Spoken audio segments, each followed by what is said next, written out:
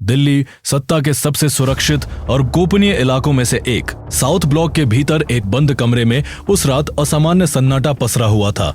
कमरे के बीचों बीच एक लंबी टेबल थी और उसके एक सिरे पर बैठे थे भारत के प्रधानमंत्री नरेंद्र मोदी। उनके सामने बैठे थे भारत की तीनों सेनाओं के प्रमुख, थल सेना, नौसेना और वायुसेना के सर्वोच्च कमांडर।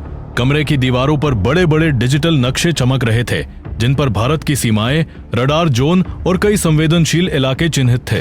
कमरे का माहौल बेहद गंभीर था। कोई अनावश्यक शब्द नहीं बोला जा रहा था, सिर्फ कागजों की हल्की आवाज और स्क्रीन पर बदलती इंटेलिजेंस रिपोर्टें दिखाई दे रही थी। प्रधानमंत्री मोदी की आंखों में एक दृढ़ संकल्प साफ दिखाई दे रहा था। कुछ सेकंड की खामोशी के बाद उन्होंने धीमी लेकिन बेहद ठोस आवाज में कहा, अब जवाब देने का समय आ गया है। यह सिर्फ एक वाक्य नहीं था, यह एक निर्णय था जो आने वाले दिनों में दक्षिण एशिया की राजनीति और सुरक्षा संतुलन को हिला देने वाला था। और फिर 7 मई 2025 की रात घड़ी ने जैसे ही 1 बजने का संकेत दिया, हरियाणा के अंबाला एयरफोर्स स्टेशन पर अचानक हलचल तेज हो गई। रनवे की लाइटें एक एक कर जल उठी, ग्राउंड क्रू तेजी से अंतिम जांच में जुट गया और कुछ ही क्षणों बाद आसमान में एक तेज गर्जना गूंजी। यह आवाज थी भारत के अत्याधुनिक फाइटर जेट। दसों रफाले की एक के बाद एक कई राफेल जेट अंधेरी रात को चीरते हुए आसमान में उड़ान भर चुके थे। उनका मिशन स्पष्ट था।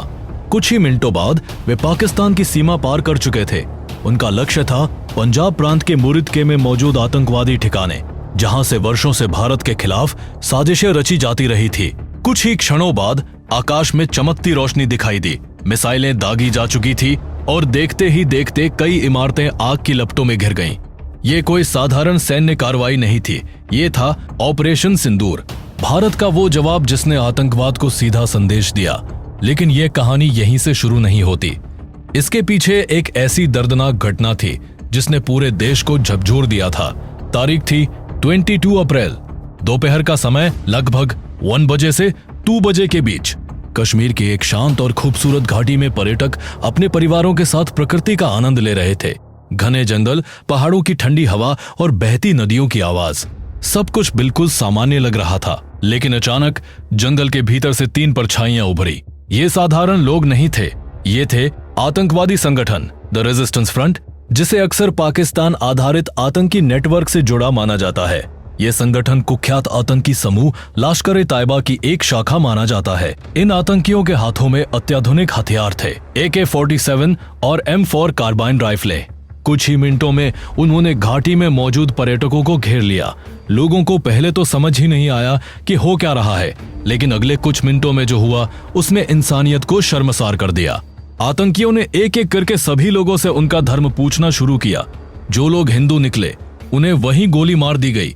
जिस किसी के माथे पर तिलक दिखाई दिया, जिस किसी के हाथ पर पवित्र धागा, या उसे बिना किसी चेतावनी के मार दिया गया।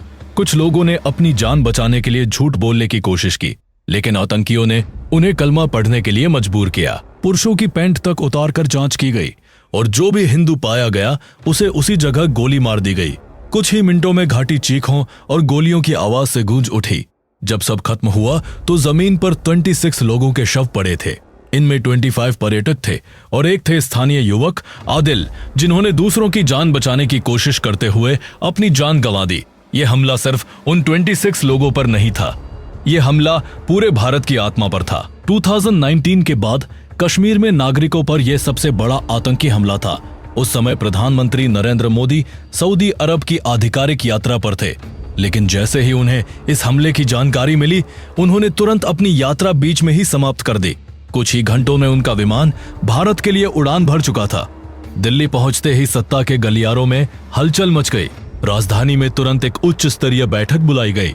ये बैठक थी देश की सबसे महत्वपूर्ण सुरक्षा समिति, कैबिनेट कमेटी ऑन सिक्योरिटी की। इस बैठक में मौजूद थे राष्ट्रीय सुरक्षा सलाहकार अजित डोवल, सेना प्रमुख उपेंद्र द्विवेदी, गृह मंत्री और देश के कई शीर्ष सुरक्षा अधिकारी।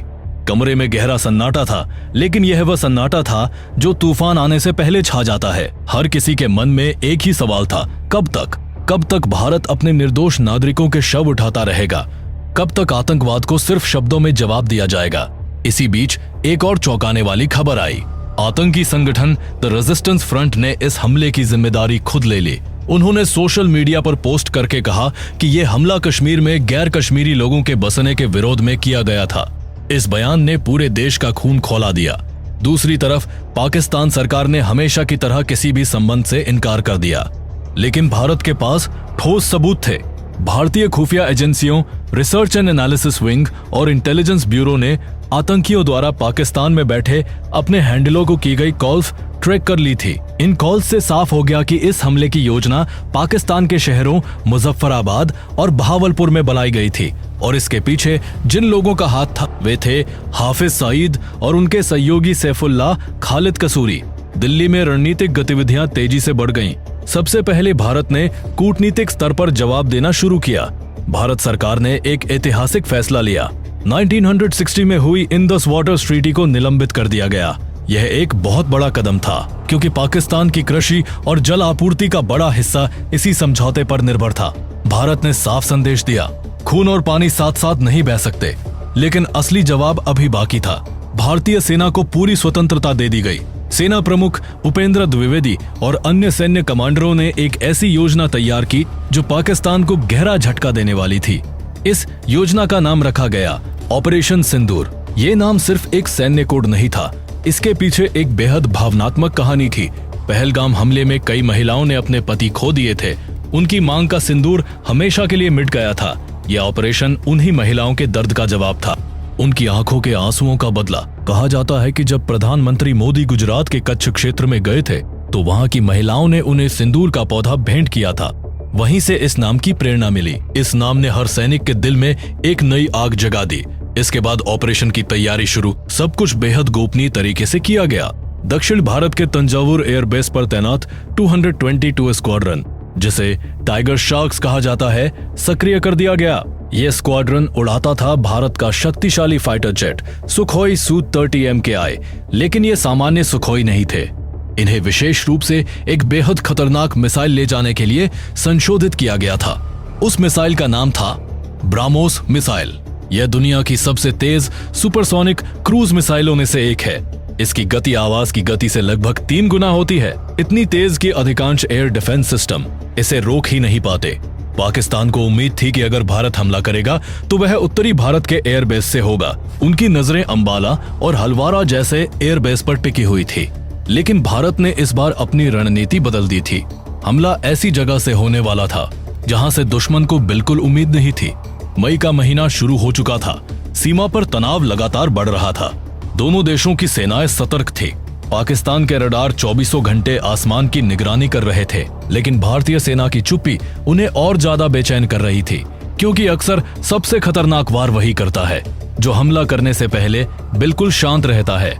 7 मई की रात धीरे धीरे करीब आ रही थी। भारतीय एयरबेस पर पायलट अपने जी सूट पहनकर तैयार खड़े थे। तकनीशियन जेट्स की अंतिम जांच कर रहे थे। तंजावुर से सुखोई 30 उड़ान भरने को तैयार थे। ग्वालियर और अंबाला से मिराज 2000 और राफेल भी तैयार थे। ये कोई सामान्य रात नहीं थी। ये वह रात थी जब इतिहास लिखा जाने वाला था। ऑपरेशन सिंदूर का लक्ष्य स्पष्ट था। पाकिस्तान और पीओके में मौजूद 9 आतंकवादी ठिकानों को पूरी तरह नष्ट करना। रात के ठीक 1:45 पर भारतीय विमान अपने निर्धारित स्थानों पर पहुंच चुके थे। इस बार योजना सिर्फ नियंत्रण रेखा पार करने की नहीं थी, जरूरत पड़ने पर अंतर्राष्ट्रीय सीमा भी पार की जानी थी। लेकिन ब्रह्मोस जैसी स्टैंड ऑफ मिसाइलों की वजह से भारतीय विमानों को दुश्मन के इलाके में गहराई तक जाने की आवश्यकता नहीं थी। वे सुरक्षित दूरी से ही हमला कर सकते थे। जैसे ही भारतीय विमान रडार पर दिखाई दिए, पाकिस्तान की एयर डिफेंस प्रणाली सक्रिय हो गई। सायरन बजने लगे, लेकिन तब तक बहुत देर हो चुकी थी। सुखोई विमानों से ब्रह्मोस मिसाइलें दाग दी गई। कुछ ही सेकंड में वे अपने लक्ष्य तक पहुंच गईं। बहावलपुर में स्थित सुभान अल्लाह मस्जिद, जो वास्तव में जैश-ए-मोहम्मद का मुख्यालय थी, एक ही वार में मलबे में बदल गई। वहां मौजूद कई आतंकी और प्रशिक्षक वहीं मारे गए। मुरिदके में स्थित लश्कर-ए-तैयबा के मार्कस पर भी कहर बरपा। कम्युनिकेशन सेंटर और हथियारों का भंडार पूरी तरह नष्ट हो गया। हमला इतना सटीक था कि आसपास के आम नागरिकों को बहुत कम नुकसान हुआ, लेकिन आतंकी ढांचे पूरी तरह समाप्त हो गए। भारतीय सेना ने इलेक्ट्रॉनिक वारफेयर का भी इस्तेमाल किया। पाकिस्तान के कई रडार अस्थायी रूप से जाम कर दिए गए।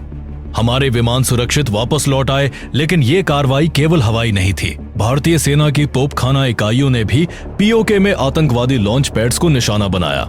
Pinaka multi barrel rocket launcher से दागे गए रॉकेटों ने रात के अंधेरे को दिन जैसा रोशन कर दिया। घुसपैठ की तैयारी कर रहे कई आतंकवादी वहीं समाप्त कर दिए गए।